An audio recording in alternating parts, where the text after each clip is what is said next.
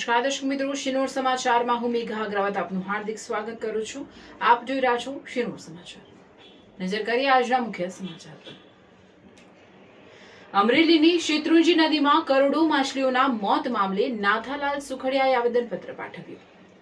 વડી ડેમમાંથી છોડાયેલા પાણી બાદ શેત્રુંજી નદીમાં માછલીઓના મોત થયાનો આક્ષેપ। પાણીમાં ઝેરી પદાર્થ કે કેમિકલ્સ ભળ્યા હોવાની વ્યક્ત કરાઈ શંકા। ફતેપુર, ચાંપાથળ, દેવભૂમિ, દેવળ, નાના મોટા ગોખરવાડા સહિતના વિસ્તારોમાં પાણીના સેમ્પલ લઈ તપાસ કરવાની માંગ કરવામાં આવશે।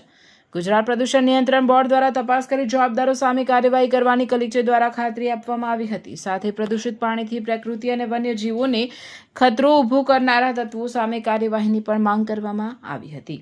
રિપોર્ટર સરફરાઝ ખોખર, શિનોર સમાચાર ન્યૂઝ, અમરેલી। અમારે દેવભૂમિ દેવળિયા ગામ, ગોખરવાડા, ચાપાથળ, ફતેપુર, ખંભાળિયા વિસ્તારમાંથી ઠેબી નદી, વડી નદી પસાર થાય છે। એની અંદર ગત છેલ્લા 5 દિવસથી વડી ડેમને રિપેરિંગને કારણે ડેમમાંથી પાણી છોડવામાં આવતા છેલ્લા 5 દિવસમાં કરોડોની સંખ્યામાં બંને બાજુ પાળા લાગી ગયા। માછીઓનો તમામ મચ્છીઓ લગભગ મૃતપાય થઈ ગઈ।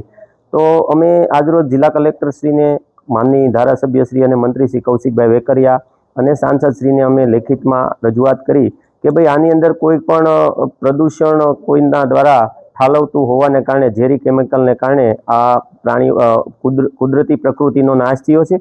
ભવિષ્યમાં હવે થોડા દિવસો બાદ આ ઉનાળાનો સિઝન હોય અને આ વિસ્તારમાં એશિયાટિક સિંહો વસે છે, બીજા પક્ષીઓ, પ્રાણીઓ, પ્રકૃતિને મોટું નુકસાન થાય એમ હોય તો આ પાણી બાબતે જે કોઈ ઠાલવે છે તેમની તપાસ કરીને પગલાં ભરવા અને પાણીનું લેબોરેટરી કરાવી જીપીસીબી મારફતે આ વિસ્તારની અંદર સર્વે કરીને કોઈ પણ કંપની કે ઉદ્યોગો દ્વારા આ નદીની અંદર ઝેરી પદાર્થ ઠાલવવામાં આવતો હોય તો એને જવાબદાર ગણી અને કડક કાર્યવાહી થાય અને ભવિષ્યમાં આવા કુદરતી જીવો કે જે પ્રકૃતિને કાયમને માટે ચાચવે છે એવા પ્રકૃતિના જીવોનો ફરીવાર આવો અકુદરતી રીતે મૃત્યુ ન થાય એ જોવા માટે આજે કલેક્ટરશ્રીને મળ્યા। કલેક્ટરશ્રી દ્વારા જીપીસીબીને જાણ કરવા માટેની અમને ખાતરી આપવામાં આવી।